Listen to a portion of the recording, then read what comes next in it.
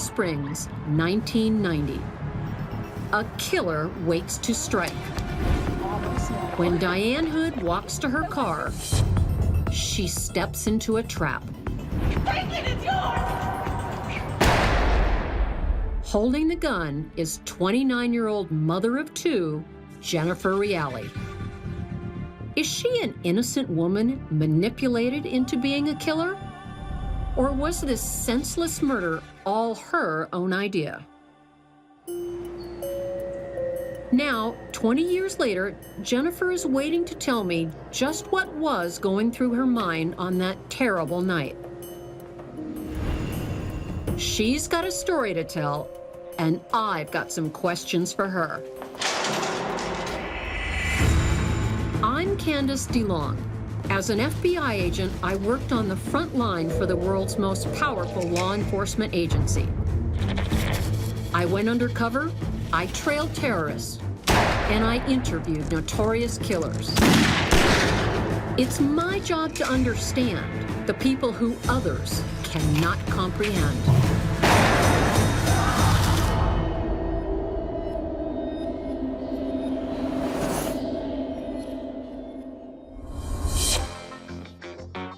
Hours after the murder of Dianne Hood, Jennifer Reali makes an incredible confession.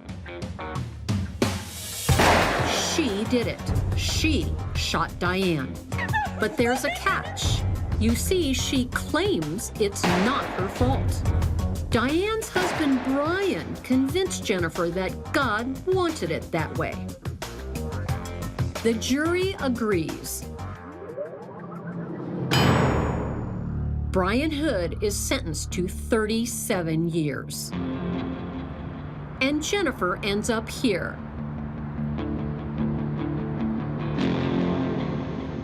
In the Denver Women's Correctional Facility. She's prisoner number 68136, serving life for first-degree murder. Walking in to meet her for the first time, I can't help wondering, where did it all go wrong for Jennifer Reali? Did she realize that in loving Brian Hood, she was facing evil? Here she comes. Did Brian really command Jennifer to kill? And if he did, why on earth did she say yes? You know, there could be all kinds of answers to that question. But I suspect it has to be somewhere in her relationships with men. I'm wondering, how did you end up here? How did this become your life? Let's go way back.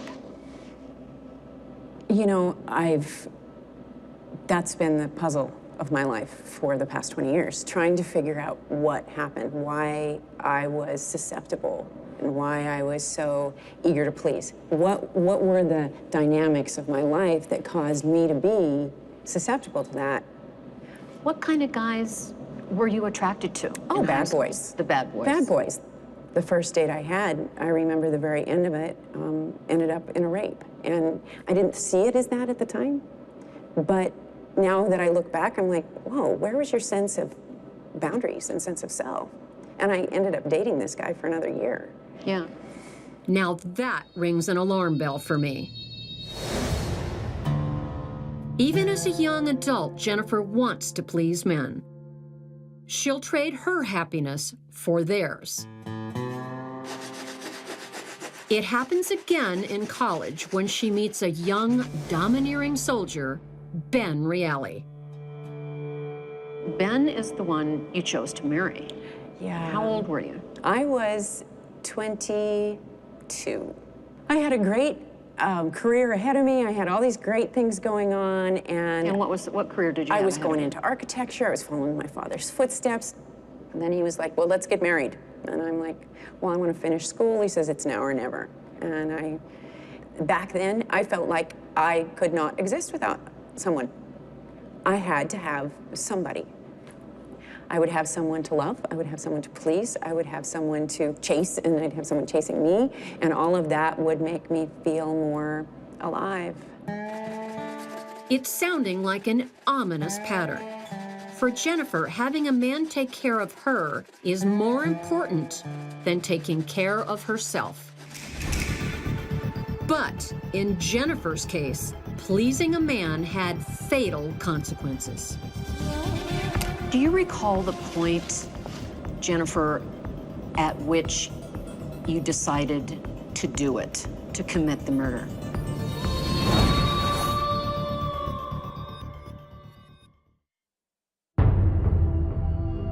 At age 29, with 2 beautiful young children, Jennifer Reali should be glowing. But life isn't panning out as she'd expected. Her husband, Ben, is a career soldier. Gym twice a week. It's not showing. And she says he brought military discipline right into the family home. His way of control or any kind of abuse was usually in the bedroom. And that's where the degradation would usually happen. Can you tell me about that? Once we had children, it didn't matter where they were. He would talk about violent sexual acts at dinner and what he was going to do, and I would just not say anything. And it was easier for me to just go along. Detached and isolated in her own home, she becomes a lonely, vulnerable woman.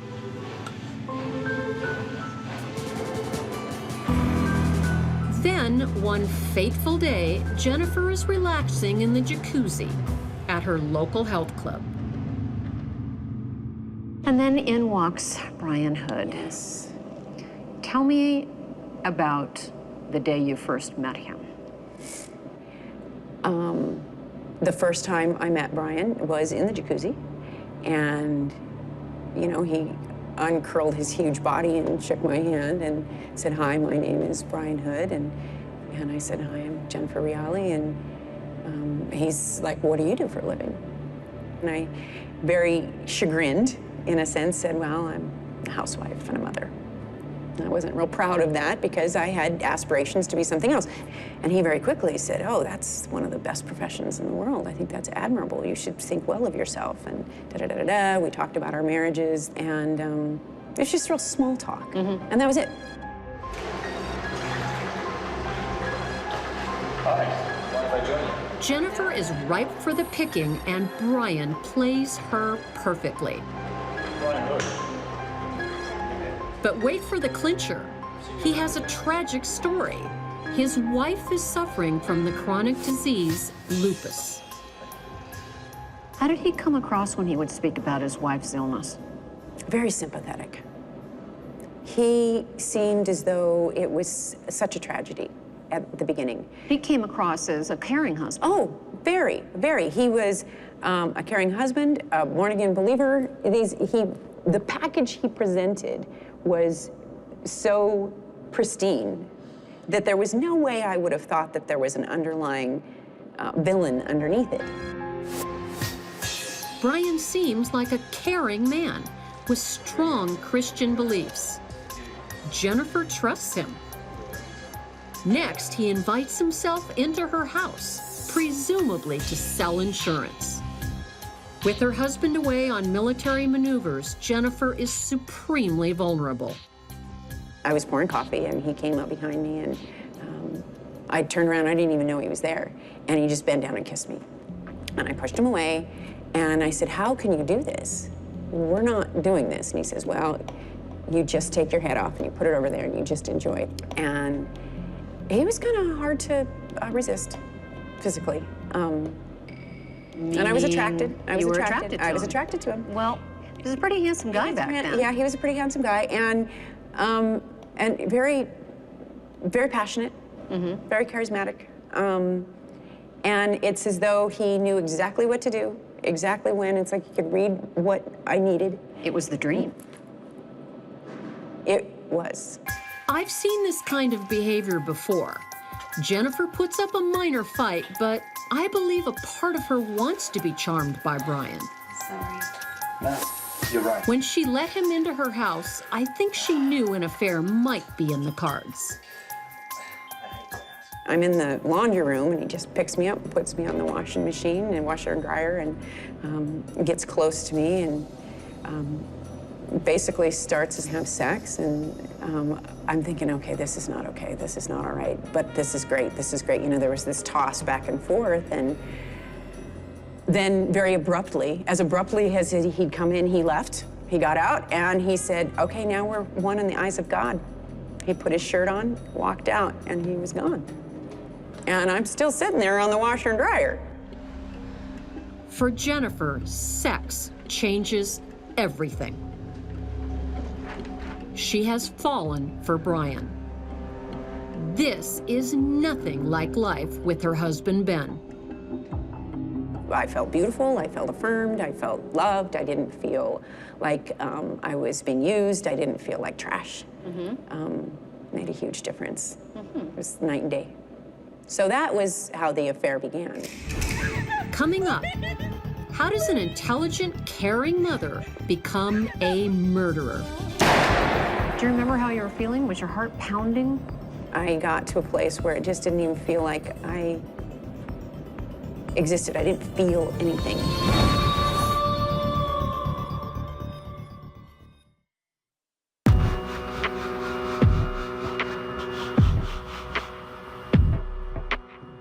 Jennifer Reali was a vulnerable woman blinded by passion. When her lover started telling her sob stories about his sick wife, she listened. First, he started talking about how miserable he was, and that, you know, the disease was potentially deadly, and that he wished she'd just die, and that it was getting worse and worse. And he started talking about how he wanted to kill her. What did you think of this? I thought he was really distraught. I mean, I felt his pain, and I wanted him just to be able to vent. I figured if he vented, then it was going to be okay. I said, why don't you just divorce her? And he says, well, I can't. Because if I divorce her, then I will perpetually live in sin for the rest of my life. Because you'll be in adultery. Divorce is a no-no in the church. You just can't do that. But murder's okay? Murder was okay. And I asked him that, and I thought that that was a little odd there. I said, well, he says, because murder's a one-time thing, and you do that once, and then you can, you can confess it, you get forgiven, and there may be consequences throughout life. But really, you're done. It's not going to be a perpetual sin till the day you die. Thou shalt not commit adultery. But I To say me, unto you, Brian is no Christian. He's a con man. And Jennifer Reali, a lonely woman eager to please, seems an easy mark. Still, it's a long journey from kiss me to kill for me. How does she get there? Don't you want us to be together? This is what God wants. How did it come up that you would kill her? Well,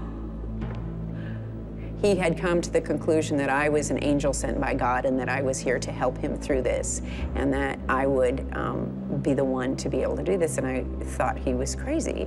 What did you think would happen, or did you have any thoughts about what would happen if you simply said, Brian, I'm not going to kill your wife? I did tell him that, and we had that conversation, and it didn't go well.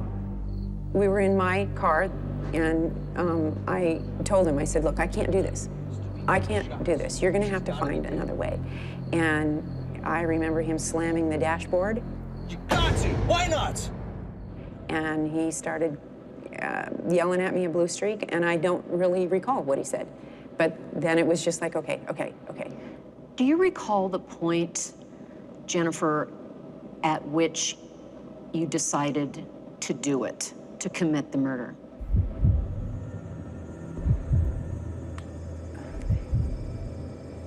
Here's the crazy thing.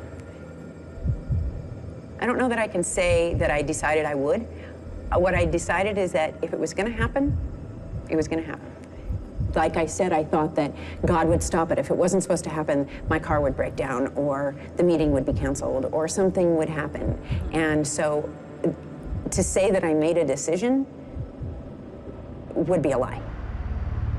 Brian's plan for Jennifer is to dress in disguise and shoot his wife, Dianne, as she leaves a lupus support meeting. Do you remember how you were feeling? Was your heart pounding? I went numb, and I felt weightless. I got to a place where it just didn't even feel like I existed. I didn't feel anything. It's an extraordinary place, and I'm sometimes surprised who ends up there. The point where one woman will choose to kill another woman. She turns and she looks at me, and that's when I shoot.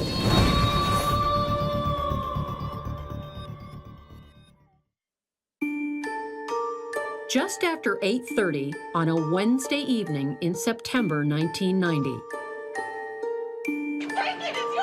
That's it. That's the moment Jennifer Reali finally crosses the line. From being a seemingly happy Colorado mother to being a killer. So take us back. No one saw you. You're camouflaged. I wait for the meeting to come out, and she and somebody else come out. I don't even see the other person. And I tell her to give me her purse, and she does, and she runs. Take it, it's yours! And she's halfway between me and the entrance of this support group meeting place. I don't even know where the other girl is. And she turns and she looks at me. And that's when I shoot. And she falls. That shot, I, of course, learned later, went straight through her and killed her. Because it went through her right arm, through her heart, and lodged in her left arm. And it threw her to the ground. Please! The only thing I heard, I didn't hear her screaming. I didn't hear the other girl. All I heard was, it has to be two shots. She has to be dead.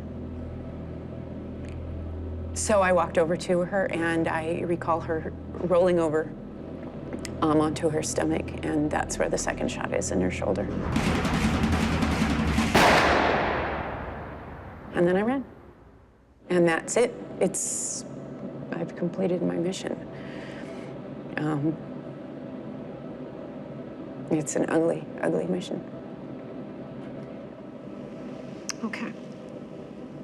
I didn't believe it had happened. I really didn't. I didn't think it happened at all. To this day, Dianne Hood denies being responsible for Jennifer's actions. If you could say anything to Brian right now, what would it be? Take responsibility. If he had taken responsibility for what had happened, things may be different. Responsibility. Now that's the word at the core of this whole tragic case. Just who is responsible for the death of Dianne Hood? I think Jennifer is still coming to grips with that question. Have you taken responsibility for this? I've always taken the brunt of the responsibility. Maybe more than I should have, because really, I'm the gun in Brian's hand. I'm not the one that pulled the trigger, you know? He's the one who did. He killed his wife. If you could say anything to Dianne, what would you say? I'm sorry. That's such a shallow thing to say. That doesn't cut it. She should be bouncing grandbabies on her lap. She shouldn't be where she is. I'd trade places with her if I could. Because she's the one who needs to be living. The more I talk to Jennifer face to face, the more her problems are becoming clear to me. A lifetime of pleasing others left her dangerously vulnerable to a manipulative man. But in the end, it was Jennifer who pulled the trigger that night. If you were out of prison, would society be safe from you? Oh, yes. Yes. I'm no longer a threat because who I was when I came here is not the person I am today. If I had known how to have loving relationships and had believed in myself, Dianne Hood couldn't have touched me. Neither could have been Reali. Neither of those men could have touched me. I would have been an architect, somewhere having a successful life, somewhere with probably a great husband and kids that are in college, you know? So I see where I could have gone. But I know that now my desire is to give back to the society that I took from. There are women all over the place that are in similar positions. Your story, there's a lot for people to learn, young women. What would you like to say to them? Think. And don't hold any secrets. We're only as sick as our secrets. Tell somebody, talk to somebody, get some reason from somebody else. When we invite other people into our drama, if I'd invited one person in, it wouldn't have happened.